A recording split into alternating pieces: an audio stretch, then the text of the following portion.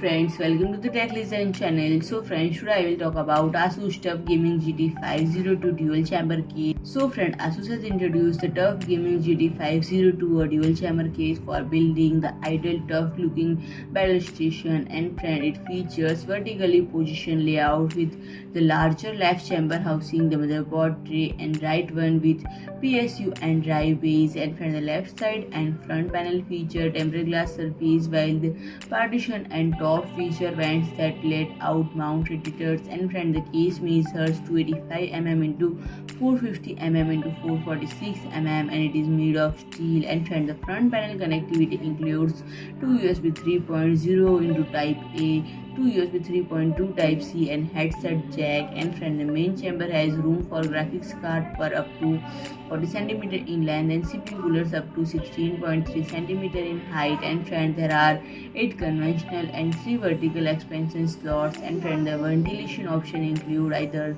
3 into 120 mm or 2 into 140 mm top vents, 3 into 120 mm bottom vents, 3 into 120 mm vents along the partition that vent through right side panel, and 120 mm rear vent, and you can mount a 360 mm or